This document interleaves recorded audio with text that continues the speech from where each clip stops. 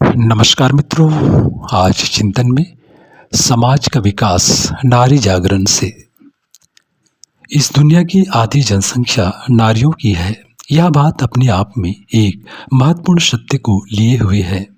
वह यह कि यदि हमें वास्तव में प्रगति की दिशा में बढ़ना है तो हम यह समझें कि नारी वर्ग को कैसे आगे लाया जाए, उनकी समस्याओं का निदान कर कैसे उन्हें एक सुखी एवं समुन्नत मानवता का अंग बनाया जाए।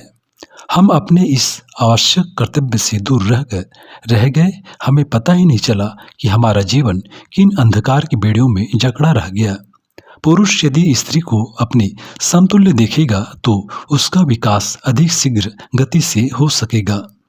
हमारे समाज में समस्या यह है कि पुरुष ने अधिक वर्चस्व प्राप्त कर लिया है तथा नारियां अपने आप को पीछे की पंक्ति में खड़ा हुआ पाती हैं। एक प्रगतिशील समाज में दोनों ही समान भूमिका होनी चाहिए, परंतु हम किस दिशा की ओर बढ़ रहे हैं? हमने किन मानदंडों को स्थापित कर दिया? हम स्वयं को जागरूक क्यों न कर पाए? जिस समाज में स्त्रियां शोषित दिखाई पड़ेंगी, जहां का वातावरण उन्हें पूर्ण रूप से विकसित होने का अवसर न दे तथा जिसके ऊपर पुरुष वर्ग शासन करता हो, उसकी प्रगति कभी नहीं हो सकती है। हमें यह समझना होगा कि समाज की केंद्रीय धुरी के रूप में स्त्री वर्ग ही अपनी भूमिका निभाता है।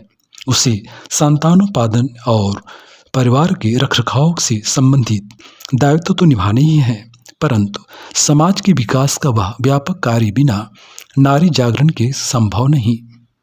प्रकृति ने उन्हें स्नेह और ममत्व का गुण स्वाभाविक रूप से दिया है तथा वे हर समस्या का समाधान खोजने में भी अग्रणी रहती हैं।